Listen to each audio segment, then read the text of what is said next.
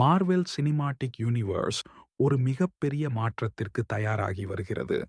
Avengers secret Wars படத்திற்குப் பிறகு X-Men மற்றும் Tony Stark கதாபாத்திரங்களுக்கு புதிய நடிகர்களை தேர்வு செய்ய மார்வெல் திட்டமிட்டுள்ளதாக தகவல்கள் வெளியாகியுள்ளன.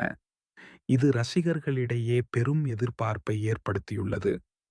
மார்வெல் ஸ்டுடியோஸின் தலைவர் கெவின் ஃபைஜ் மார்வெலின் எதிர்கால திட்டங்கள் குறித்து சமீபத்தில் உறுதிப்படுத்தியுள்ளார்.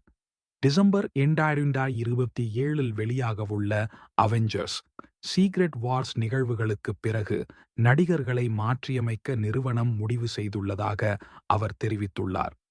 வெரைட்டி பத்திரிகைக்கு அளித்த பேட்டியில் கெவின் ஃபைஜ், எண்ட் கேம் படத்திற்குப் பிறகு நாங்கள் கூறி வந்த கதைகளை முழுமையாக்குவதற்கு மட்டுமல்லாமல் சீக்ரெட் வார்ஸ் காமிக்ஸை பார்த்தால் அது எங்களை எதிர்காலத்திற்கு எப்படி இட்டுச் செல்கிறது என்பதை புரிந்து கொள்ளலாம் என்று கூறியுள்ளார். எண்ட் கேம் என்பது முடிவுகளைப் பற்றியது, ஆனால் சீக்ரெட் வார்ஸ் என்பது புதிய தொடக்கங்களைப் பற்றியது என்றும் அவர் அழுத்தமாக தெரிவித்துள்ளார்.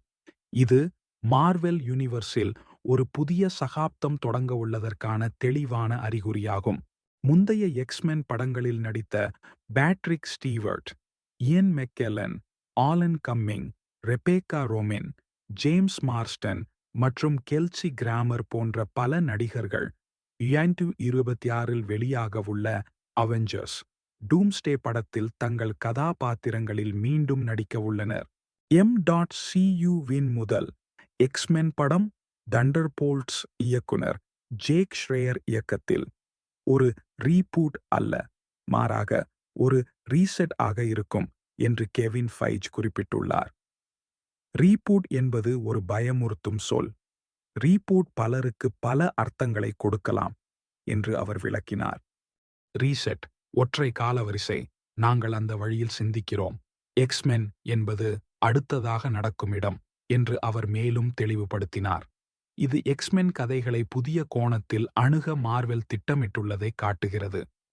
கெவின் ஃபைஜ், அமேசான் M.GM தயாரிப்பாளர்கள் ஜேம்ஸ் பேண்ட் மற்றும் சமீபத்தில் வெளியான சூப்பர்மேன் கதாபாத்திரங்களுக்கு புதிய நடிகர்களை தேடியதை உதாரணமாக காட்டினார்.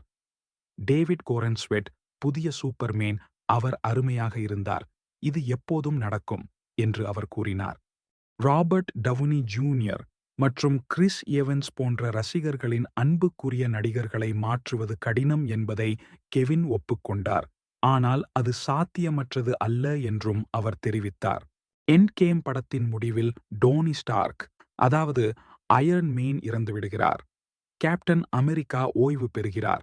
இந்த கதாபாத்திரங்களுக்கு புதிய நடிகர்கள் வருவது மார்வெல் ரசிகர்களிடையே பெரும் விவாதத்தை கிளப்பியுள்ளது.